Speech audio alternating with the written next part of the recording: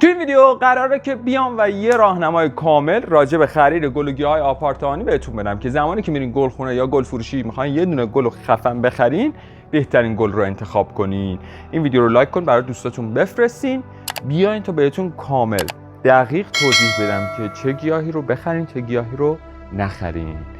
انتهای این ویدیو هم یه دونه حالا عکس براتون میذارم، گیاه سالم و ناسالم رو تشخیص بدین و از بین جوابای درست توی کامنت ها یه هدیه ناقابل من براتون میفرستم. بیاین ادامه ویدیو.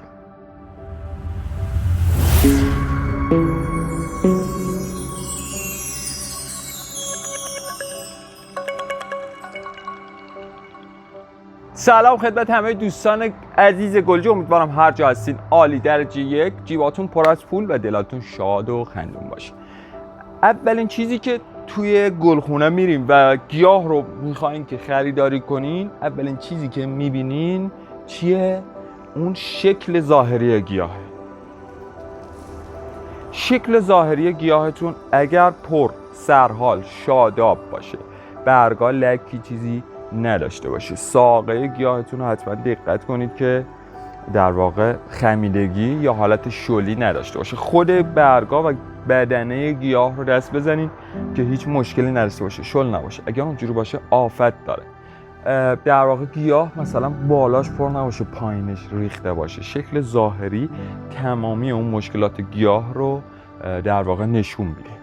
و شکل ظاهری هم منظورم چیه؟ منظورم اینه که الان شما مثلا روی این برگ رو نگاه کنین، نمیدونم مشخصه یا نه، یه سری لکه هایی هست، حالا عکسشو براتون میذارم.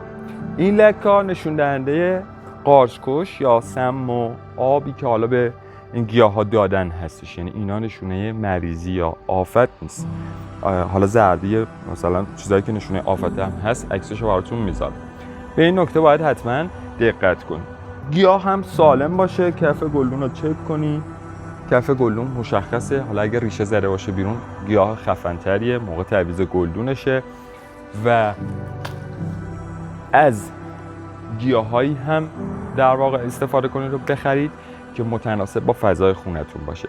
اگه خونتون کم نوره، گیاهای کم نورتر، اگه خونتون پر نوره، گیاهای پر نورتر حتما خریداری کنید و این مورد رو حتما داشته باشین. خب این مواردی که بهتون گفتم رو حتما بهش دقت کنید.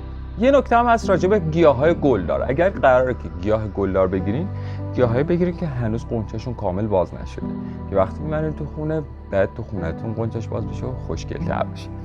و حتما حواستون به یه نکته باشه. چی؟ زمانی که گیاهای حساس میگیرین مثل بنجامی و از هر نوعیش، حالا این گیاهایی که خیلی سریع واکنش نشون میدن به تغییر فضا و تغییر در واقع محل نگهداریشون، حتما از کود آمین اسید براش استفاده کنید. حالا عکسشو براتون میذارم ببینید. از کود آمین اسید که استفاده کنید در واقع باعث میشه که اون شوکی که بهش وارد میشه، شوک حاصل از جابجایی، در واقع اون شوک رفع بشه.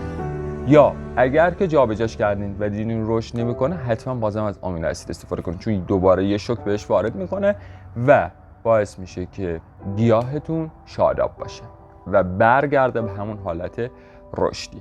پس مهمترین چیزی که شما باید دقت کنید و حالا میتونید متوجهش بشید، از روی ظاهر گیاهه. ظاهرش حتما برگای سالم داشته باشه، یه قسمتش پر نباشه، یه قسمتش خالی. همینا رو براتون عکسشو میذارم. بدنه ساقش، اون ساقش حالت لهیدگی یا کج شدن نداشته باشه، صاف وایستاده باشه.